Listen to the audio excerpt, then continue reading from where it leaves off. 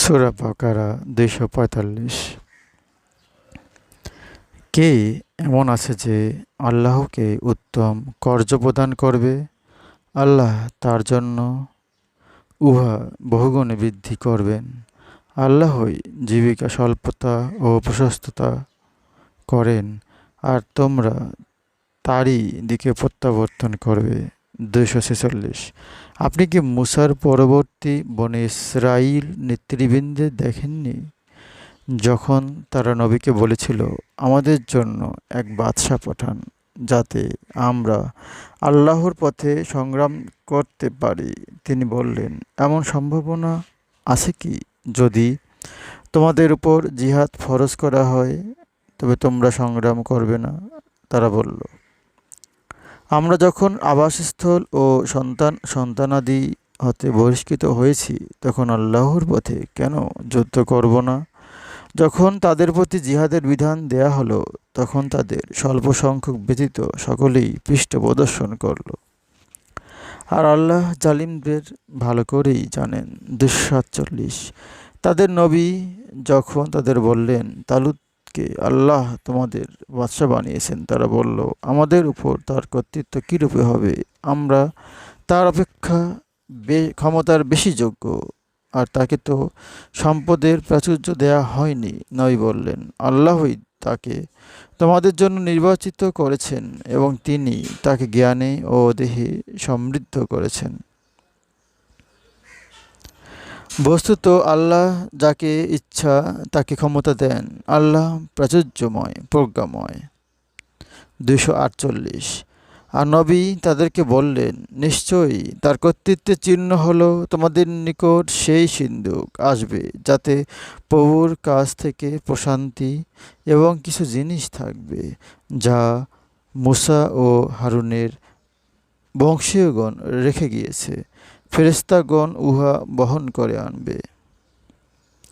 যদি তোমরা মুমিন হও, তবে তোমাদের জন্য নিশ্চয়ই এতে নিদর্শন আছে।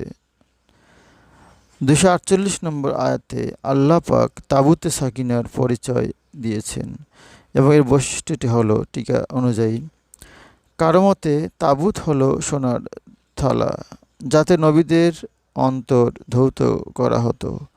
এটা হযরত মুসা আলাইহিসসালাম অর্জন করেছিলেন, যাতে তিনি তাওরাতের তাকতিগুলো রেখেছিলেন।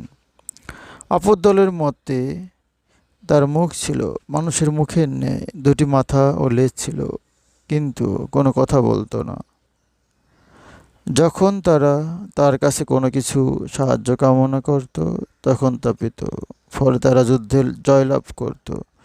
তাদের মধ্যে কোনো বিষয়ে মতবিরোধ দেখা দিলে এর মাধ্যমে মীমাংসা করে নিত।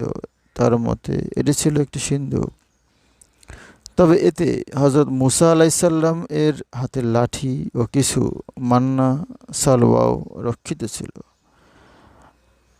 আল্লাহ পাক ২৪৮ নম্বর আয়াতের শেষের দিকে যেটা বাংলায় বলা হচ্ছে, সেটা হচ্ছে, যদি তোমরা মুমিন হও, তবে তোমাদের জন্য নিশ্চয়ই এতে নিদর্শন আছে। অর্থাৎ মুমিন হলেই এই নিদর্শন যে আছে, সে কথাটি আল্লাহ পাক বলেছেন, যে যদি তোমরা মুমিন হও, তবে তোমাদের জন্য নিশ্চয়ই এতে নিদর্শন আছে।